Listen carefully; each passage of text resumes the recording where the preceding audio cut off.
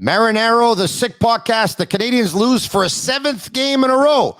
This time 5-2 to the Penguins in Pittsburgh. Joining me, the guy that got the most reaction out of anyone in the last year of all the Habs episodes that we've done on the Sick Podcast. He's former Montreal Canadian, Mike Ribeiro. What's going on? How's it going? Thank you. It's going good. I got you fresh. Like right after the game, you watched the game and I got you fresh. I know you're a proud guy. I know you want this team to do well. Mike, they are the worst team in the Eastern Conference and statistically the second worst team in the entire National Hockey League with a .250 winning percentage. Only Arizona is worse at .222 winning percentage. The Canadians have 3 points more than Arizona, who have 3 games in hand. Canadians have played 30 games, Mike. They've only won 6. And once again, tonight, their 7th loss in a row. Mike Ribeiro, you say what? I say you cannot win without your best players not in the lineup. It's impossible in any sports. Take LeBron James and Davis out of the Lakers. They're not going to win. Well, I think the Lightning have won 8 of their last 10 without Kucherov and point, but I get you. They still have Vasilevsky and Hedman and company. Yeah, who's supposed to be your best player in hockey? Your goaltending. So it was supposed to be when you go to the Cup, most teams after they go to the Cup and lose, they don't have a good start. It's impossible. You're right. They don't. Is that Mike? Mike, what do you think that is? That besides the fact that you have a short summer, is that a group that is demoralized, that doesn't have enough time to recharge the batteries and come back? Is that what you probably think it is? I think you got to go with emotion.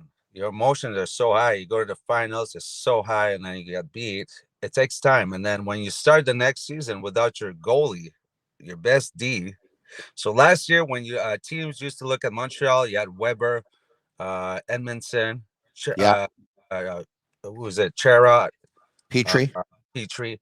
So when you look at that lineup, right before the game, you're like, oh my gosh, it's going to be hard against those Ds, right? They're tough, big, especially in the playoffs where the refs don't call everything, right? Big cross check. They're big boys, right? That can play. Yeah. But then you start the season without your goalie, without Weber, without Edmondson, without okay, so you're a step back already before the season starts. The other thing, let's say, what's the kid, the rookie, Caulfield or something? Yeah, Cole Caulfield, yeah. It had to be expected this year that he's going to have a hard time because teams now that saw him in the playoffs, well, we got to better take an eye on this kid, right? So it's going to be harder for him. It's just normal. This is normal for him to go through this right now. Okay, we'll get to him in a second. Mike, let's backtrack for a second. I thought in training camp that with Weber unofficially retired, with Danault that ended up signing with the Los Angeles Kings, with Eric Stahl that wasn't back, with Corey Perry who ended up signing with Tampa, with Tatar who went to New Jersey, who was part of a real good line with Danault and Gallagher for 3 seasons. And then, you get out of camp, you find out that Paul Byron's out, Joel Edmondson's out, that Carey Price goes into the players' assistance program. I thought back then that players aren't much different from fans. If fans look at this and they say, A, the team was weaker than last year's team to begin with, and now B, they're missing some of their best players, everyone is demoralized. I thought the players would be demoralized too. It sure looks that way, Mike. Is that what you're telling us as well? Besides the fact that it hurts when you're missing your best players, does a demoralization set into the group? You lost half of your team. You like the names that you call Stahl, Perry, those injuries. You lost half of your team that went to the Cup. Edmondson, Weber. Oh, you can go on and on. Carey Price. People will say, well, it doesn't matter when guys are injured. I'm sorry. If Tom Brady is injured, the Bucs doesn't win. It doesn't matter if your top players are not healthy. You can't win. Or you can, but it's not going to be, you're not going to go to the Cup again. So, okay, you start like that, but people back home, you got to understand that. There were 6 in what you said. It was to be expected. The coach, he's going to put his system and stuff, but geez, it's not easy to score. It's not easy. Okay. So what about the system? Because tonight after the game, Jeff Petrie said, there's just no structure out there. Now, you correct me if I'm wrong, and I know that players have to play within the system, but the structure is up to a coach to implement, and ultimately it's his responsibility, is it not? Okay, here's one thing for you. Okay, yeah, obviously it's the coach to adjust himself, right, through the game. But when I used to be a player, it was always the coach's fault, right? Fuck, it's the coach's fault. And then I start coaching my son. I start coaching and realize it's not my fault. I've been teaching them in practice, telling them what to do, showing them video, and you still cannot be structured. Then I think it's a mental. Hold on a second. Is it's a it possible? Is it possible that you can get to the same bottom line, but you can probably show them another way how to get there because they're not getting the method that you're teaching them? Is that possible? It's like a teacher that teaches math to her classroom, right? If she teaches them to do the formula one way and they don't get it, but then all of a sudden they go to a tutorial and another math teacher teaches them another way, all of a sudden they get it. Is it possible that they're not getting what the coach is telling? It's possible. But for now, for Montreal, right? You score goals. You don't score goals. You score 1 and 2 a game. That's the max you do, right? Yeah. Right. So your mindset as a player has to be, when I go on the ice, I cannot get score against. It's not about scoring a goal because you're not going to win games 5-4, 6-2, because you can't score. The only way you're going to win games is 1-0, 2-1. Okay, can I counter that as well? You can counter. It's your mindset as a player. I get you. But when you know that you're not going to make the playoffs, everyone in the world knows they're not going to make the playoffs. Some of them are on long-term contracts, so they've packed it in. Others probably want to get the hell out of there. And some other ones are going to think of themselves and their individual stats before they think of what they have to do for the team, of what gives them the best chance of winning a 1-0 or a 2-1 game. They're not going to make the playoffs anyway. So they're not going to play the system. Okay. But if I go down to you agree with that or not? Yes. But if I go down to you now and say, who's your GM right now? You don't have one, right? Well, everybody knows Jeff Gordon's the GM. Come on. Okay. I mean, you're in Nashville and you know that. The whole world knows that. I know, but the players in the room, do they know who Jeff Gordon is? Well, if they don't know, I mean, I could always send them a fax or an email, or they could call me and I'll tell them. No, but most of those kids don't know who Jeff Gordon is. Okay, I hear you. Okay, they don't know it. Okay, all right. Montreal are scared to put Patrick there. You guys are scared. The organization is scared to put Patrick because Patrick is... As well they should be, Mike. They should put him. Mike, ça va être Cirque du Soleil if they put him there. All right, Mike? No. Why be scared of it? Why fear that Patrick's going to tell the truth? But if I'm a player... Yeah. And they announce Patrick, oh my gosh, okay, Patrick, I better do something because Patrick will kick me out if I don't do it. He won't be scared to speak. The problem is that Montreal are scared that Patrick will tell the truth too much. So you'd like to see Patrick Roy as what? As the GM? As a GM. Here's why. When has he ever been a GM in the National Hockey League? Because as a coach, he's too emotional. I understand. But it can't be that as a GM, he's too emotional. Mike. No, same thing with Bergevin. Wait, the reason you went to the finals, it's because Bergevin had emotions. He loved, you can see upstairs, a pump fist. The emotion of them goes down. It starts from the top. Well, Mike, Bergevin was there for 9.5 years. They made the finals once. With your logic, they would have made it all the time. No, but you made it once. It's problem with Montreal is that they had one run in them, Mike. They had one run in them. They got hot for a month. Okay, but wait, the problem with Montreal is that people still think there's only 6 teams. There's 6 teams that started. So people still think that there's only 6 teams. They're going to make the final. They're going to win cups all the time. There's 32 teams. It doesn't happen again. Okay. You get finals. Wow, that's incredible. Okay. But the only person that won the last cup, not just in Montreal, but in Canada, was Patrick. But they fear that his personality is too strong. He's too strong. Mike, hold on a second. It's a sick podcast, and it's brought to you by Cherry River Hard Seltzer. Only 90 calories, natural flavors, no preservatives, now available in Quebec grocery stores and the beer store. Mike, I like you a lot. I've always got along with you, but I'm not going to agree with you on this one. I'm going to tell you why. Okay, so tell me who. Hold on a second. I don't understand that logic. The guy who won was him. You know how many guys have won and they tried with the Canadians? And I'm not going to compare careers, right? But all the alumni they brought back, Réjean Houle, Mario Tremblay, Yvan Cournoyer, Steve Shutt, Bob Gainey, Rick Green, Sylvain Lefebvre, Guy Carbonneau, Kirk Muller, like Stéphane Lebeau, like anyone who's anyone has worked for this organization. It hasn't brought them success. But no one's like Patrick. But if Patrick was so great, where's he been for the last 6 years since he left Colorado? He's running. He's like Quebec for how many years? Yes, he's been there for like 12 years, okay, or whatever it was in all. But after he left Colorado, which was what, I don't know, 6 years ago or whatever it was, no one came calling for him because obviously no one thinks he can do the job. No, because you're saying the most storied franchise in hockey, where everyone's scared of him because he speaks his mind. He's going to tell you whatever he thinks, and he doesn't care. But people are scared of his arrogance or his like he did that interview putting like the scout guy under the bus. Yeah, okay. He threw Trevor Timmins under the bus. Oh, was it not right? Is that not the truth? Or hold on a second. So now we can question Trevor Timmins' work all we want. It's some good moves, some bad moves.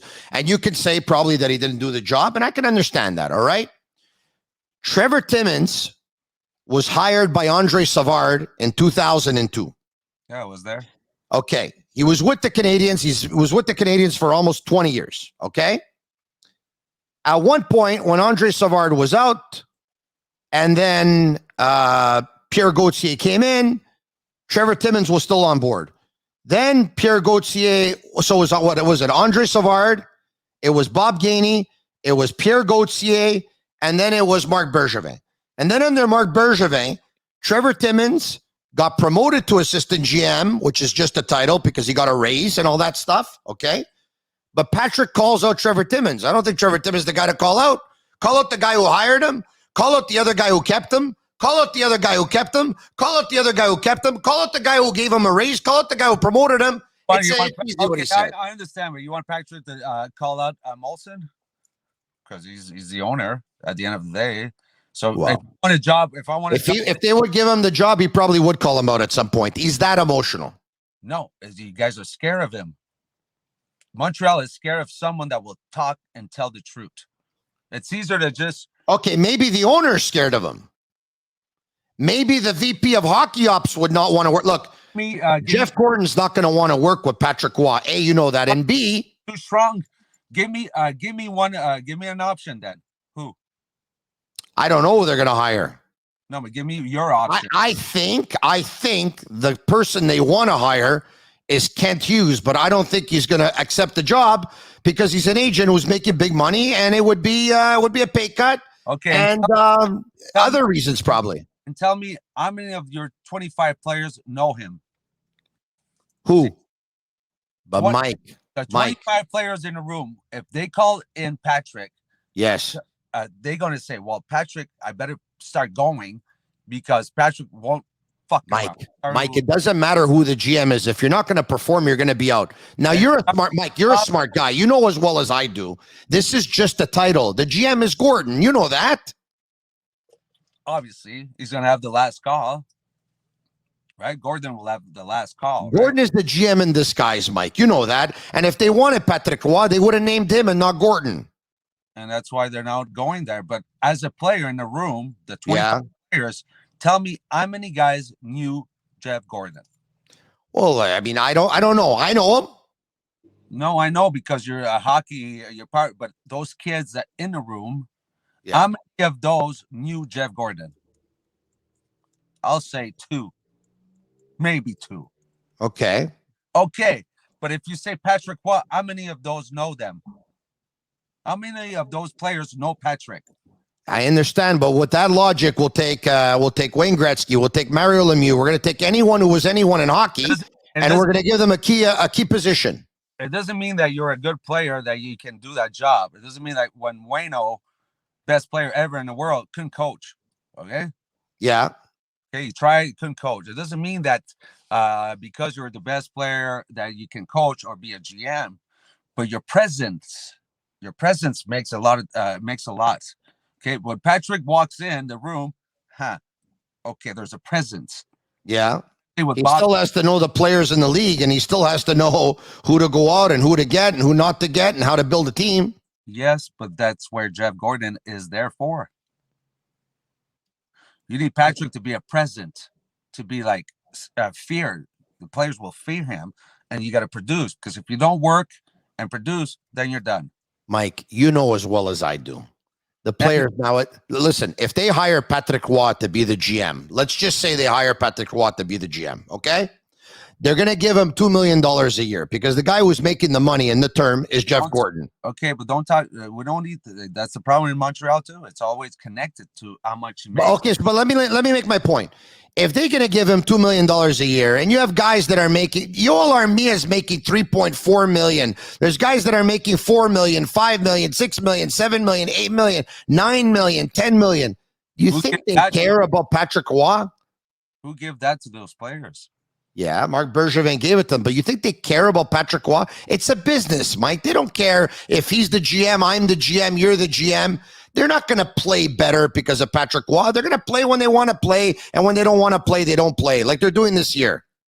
Okay, well, after Patrick, you should get a coach called Mike. Mike who? Mike me. But Mike you. Hold on a second. There's a Mike Yo in Philly. Are you talking about you? Yeah. Okay. You think you're ready to coach the Montreal Canadiens? In 4 years. In 4 years. Okay. That's all. That's what I was going to say. Listen, with all due respect to you, you don't have the CV to coach the Canadiens yet. You need a baggage of experience, right? You might be a good coach one day, but right now you're not ready to coach the Canadiens. You don't have the CV. I can definitely be a better power play coach or a special team coach.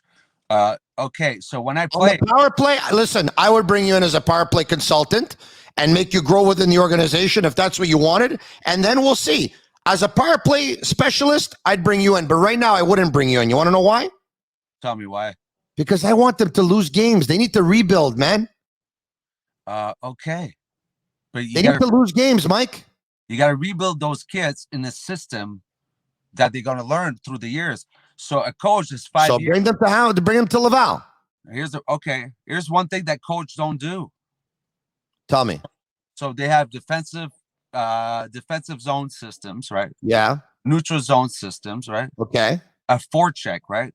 Okay. But once you recuperate that puck on your forecheck, what's your system? Okay, can I take a guess at this with the little knowledge that I have? What's your offensive zone system? Okay, so listen, I'm going to talk to you about various offensive zone strategies, which would that interpret as a system. So let's just say you got F1 on your left, you got F2 on your right. F1, F2, F3, that's a forecheck. You're still in the defensive side of the puck. Okay, so once you get on the hold on a second. Once you get the puck in the offensive zone, what's your system? Okay, so once you get the puck, I don't know what the system is. I could talk to you about different strategies you can use, and then I'd like to hear from you what you say, right? So either the F1 can go wide to the outside and go to the net. The F2 can go wide to the outside and go to the net. The F1 can go wide, and if he gets by his defender, throw it in front to the F2. The F1 can go in and then work a delay and come back and then feed the F3 who can get a shot on net. The F1 can work a delay and get the puck to the F3 who goes and you cycle the puck behind the net. These are different offensive zone strategies, correct? Strategies, but okay. Most coach will tell you, especially like the youth hockey, will be like, be creative when you get the puck, right? Okay. Here's the problem. When you don't have an offensive zone system, what happens is, let's say I have the puck, right? Yep. And they're like, you don't have an offensive zone system, okay? So it means that the other teams, the 5 players in the other teams, they don't know what I'm doing with the puck, right? Okay. But the 4 players on my team, they don't know either, because you don't have an offensive zone system. So what happens when I have the puck in this position? Yep. 5 guys from the other team, they don't know what I'm going to do with the puck, right? Mm-hmm. But the 4 guys on my team don't know either. So if you have an offensive zone system, what happens when I touch the puck? Okay. The 4 players on my team know where to go. Okay, so based on the personnel that they have, which right now, as you know, is estimated, they have half a team. What offensive zone system would you implement? Automatics. So now it doesn't matter the skill you have, but it's automatics. So if I'm at this point on the ice, there's a trigger. So yeah, everyone knows in my team where the puck's going to go. So now you become a step ahead of the defensive team because you know what I'm going to do with the puck. And once the other guy touches the puck where I threw it, everyone in my team knows what he's supposed. 3 options. Of course. Most of the time you have 3 options. Yeah. Entry zone, this is your options. Offensive zone, this is your options. But now when he touches the puck, all my teammates, we all know what he's going to, where that puck's going to go, because that's the system. You got to do what I told you because that's the system. But if you don't know, if I get the puck and you just be creative, right? Yeah. Well, all my teammates don't know what I'm going to do. We're like at the same stage of the defensive team. But if you have an offensive zone system, then you're a step ahead of the other team. And now it becomes automatics, triggers where the puck's at, and then you sustain offensive zone time. Today, I watched the game. They sustained 3 shifts out of the game that they were able to stay in the offensive zone more than 10 seconds. Yikes. A lot of times I saw they're dumping. Like they don't dump the puck with a purpose. Okay. The reason they put those lines for the goalie, not go play the puck in the corner, right? Why would you still throw the puck behind the net for the goalie to play it? Okay, like this is focus. This is just common sense here. There's a reason, but all our dumps today was throw it, rim it behind the net. The goalie plays it. When the goalie comes and plays it, it changes your forecheck. Yeah. Now you have to go on a 1-2 instead of a 2-3. So placement is really important. I didn't none of it today. None of it. Defense. Okay, so hold on a second. Oh, I want to get back to this in a second. Sidney Crosby tonight does this thing again. He's got a couple assists in the game. If you'd like to pick up his jersey or any jersey of any player in the league, sportbuffshop.com for all of your officially licensed sports apparel and our sick merchandise as well. Use code SICK15 for 15% off on all of their items. My question to you tonight, Mike Ribeiro, you're talking about offensive zone system. Are you telling me that Dominic Ducharme, since he's been with the Montreal Canadiens, has not implemented one? Well, if you don't have offensive zone time in the offensive zone, I cannot see what it is. If you just dump the puck and they get out all the time and you cannot sustain offensive zone time, well, what's your system? I don't know. I cannot see it. So you're saying they don't have an offensive zone system? I don't think a lot of coaches have one. Okay? There's not a lot of coaches that has offensive. Okay, you do have your forecheck, but forecheck is a defensive system. Okay, it's to put pressure to recuperate the puck. But a lot of coaches don't have. Once you get the puck, what do we do with it? Right? And I just said it. So you need that often, but not a lot of coaches have it. When you hear Jeff Petrie talk and you see the amount of times the players have shown up and given their 100% and the amount of times they haven't, does it lead you to believe that this coach does not have the respect of his veterans in his locker room? It's hard for me because I'm not there, right? I hear you. And it's hard to, like, you still went to the Cup last year. I know you don't have the same formation, not the same team.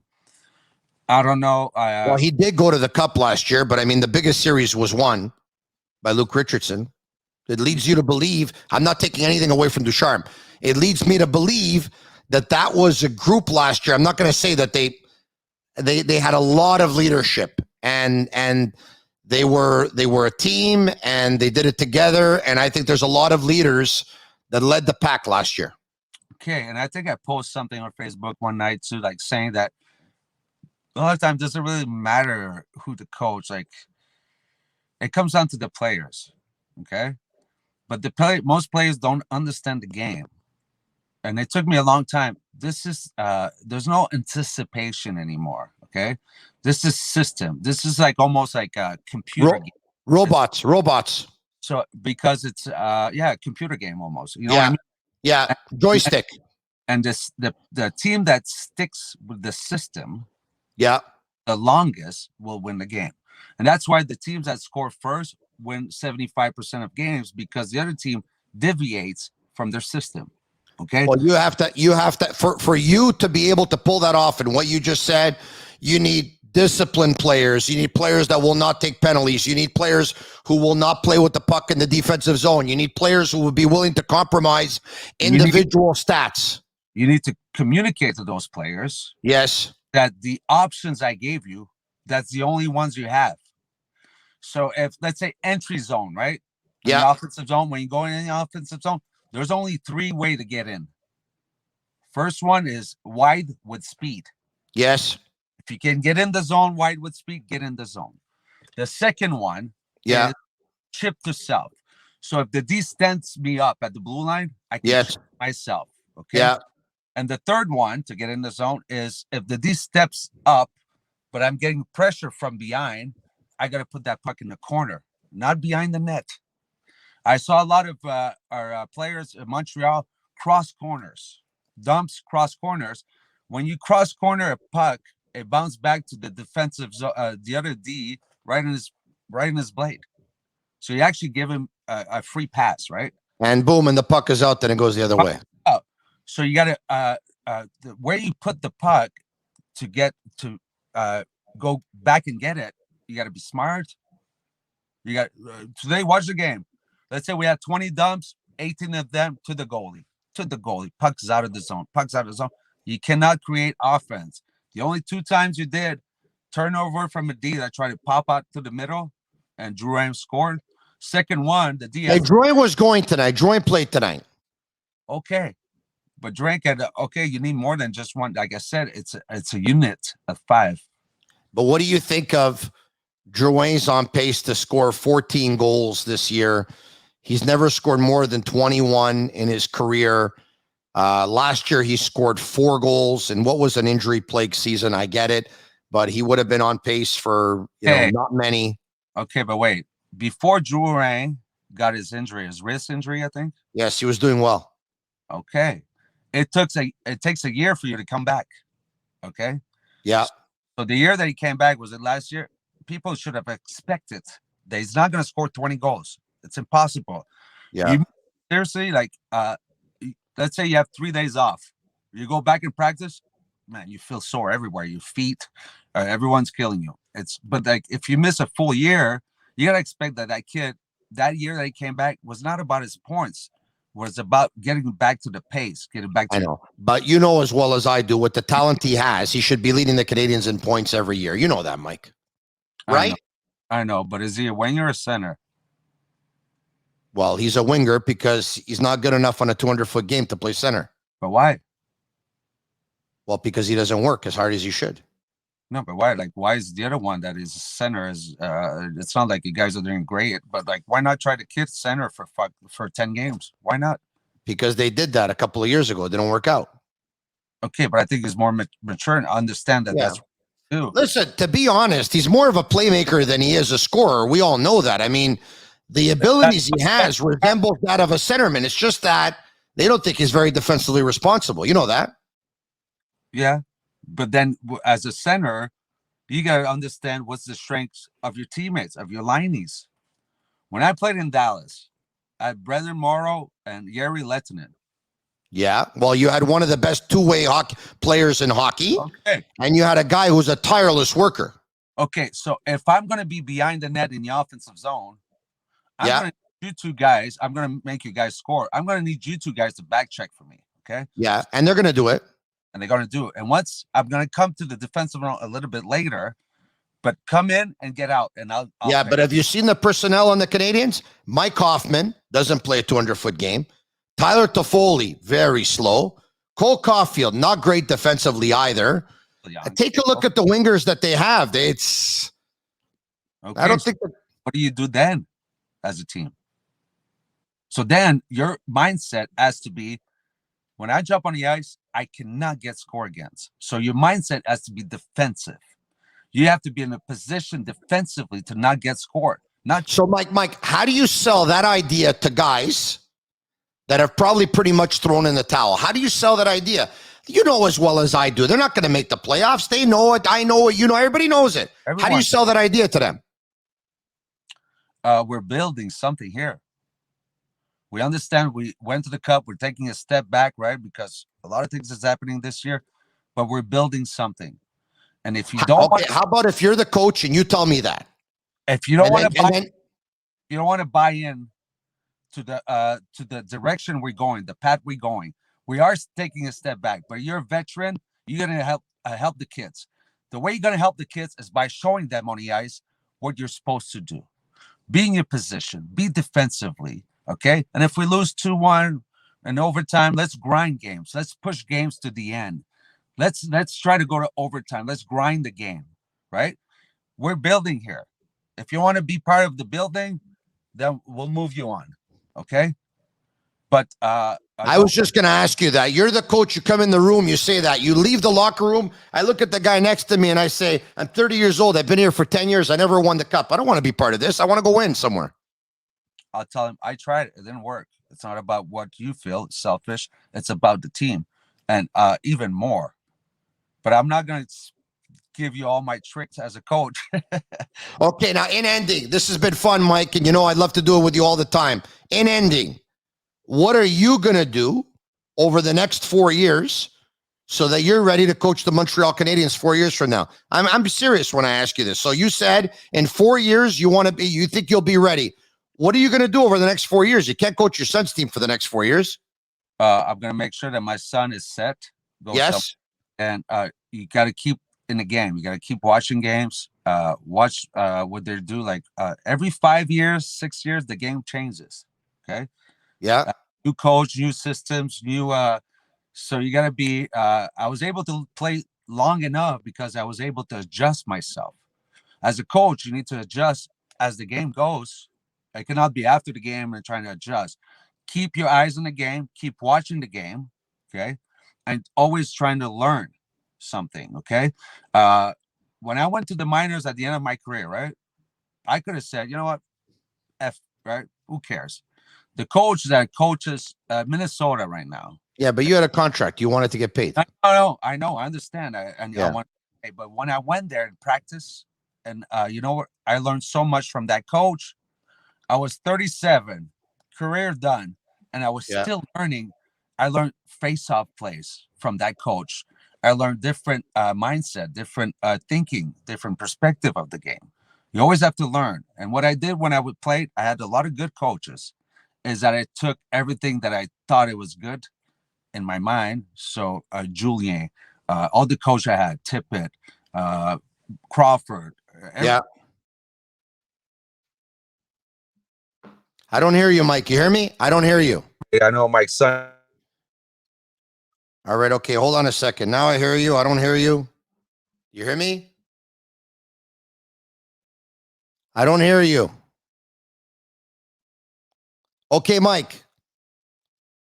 Let's talk next time. I don't hear you anymore. I'm going to end it now. Marinaro, follow us on Facebook at The Sick Podcast. Follow us on YouTube at The Sick Podcast. Subscribe. It's free. I didn't hear him anymore. All right. Next time. Salut, Mike. Patrick Roy is GM. Listen to him. Come on. Mike, where are you going, Mike? Mike, this is great. I can talk and you can't talk back. Where are you going with Patrick Roy GM? You coach Roy GM. What is this? Cirque du Soleil. Ciao, Mike. Salute. Bye-bye. Buonasera. Prossimo. Ciao, ciao.